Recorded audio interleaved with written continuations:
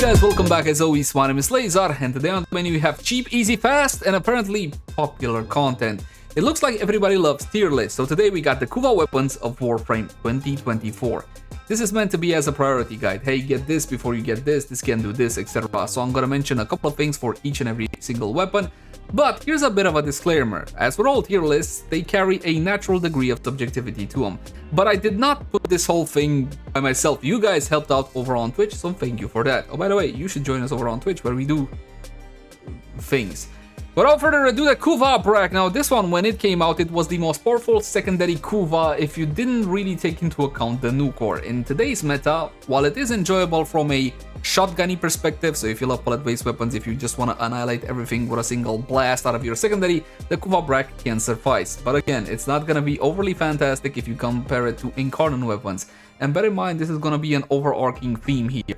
Incarnate weapons, well, most of them are just simply better. More on that just a tad later. Next up, we got the Karak.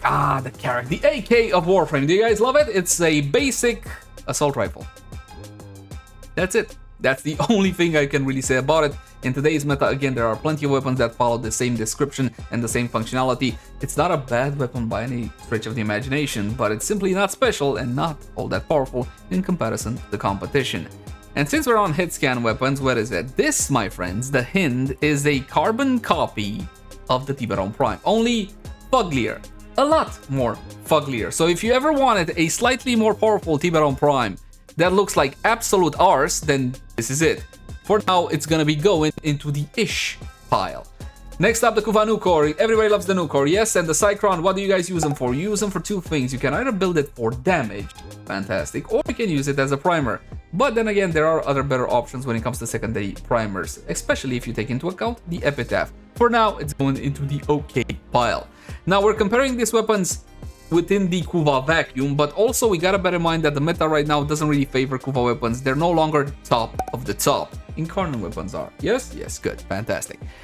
The Kraken. The Kraken, this was a meme once upon a time, and then it got a Kuva version, then it's less of a meme. Now the Stug is the biggest meme, but for the time being, just skip it. It's simply not that powerful or that great of a secondary weapon. Unless, of course, you're more of a nostalgia player, like I am, in which case, Kraken OP. It's not OP. It's really not. Let's talk about heavy weapons and Warframe. They were supposed to be this big bada-boom cooldown. Something super powerful that would call down from the sky as a cooldown of sorts to annihilate your enemies. Does that happen in actual gameplay?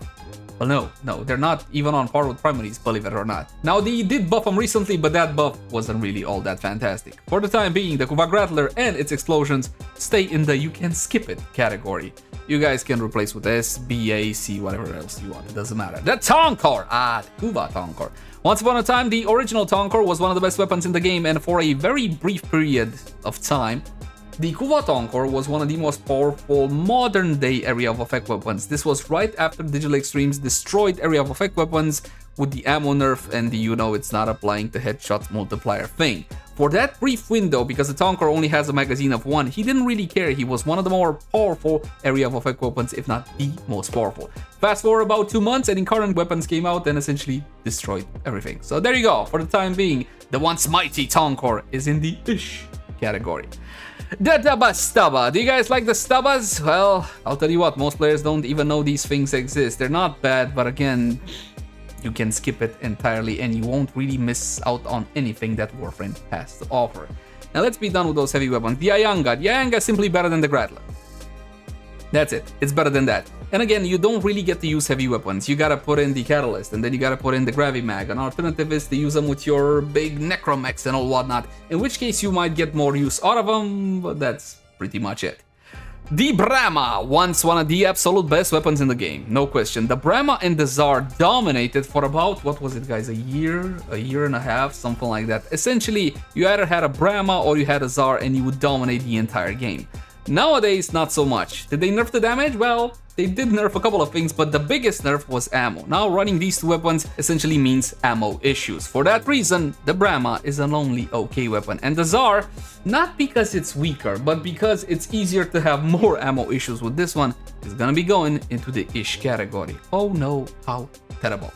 Next up, the Dragoon. I don't feel like this was ever a super ultra popular weapon, though granted I only started playing in 2017. It fires rubber balls of death, and recently I revisited this weapon to see what it's capable of. You know what makes this weapon cool?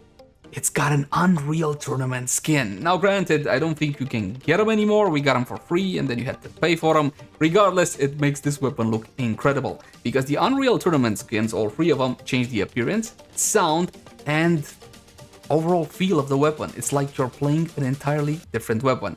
So normally this one would be going into you can start skipping, but if you're bored you might want to get this one. And if you have the skin, just put it into Subra tier. Speaking about Subra tier, there's only one weapon that fits into the Subra tier. Obviously, it's gonna be the Chakor. For the longest time I despised this weapon. You know why?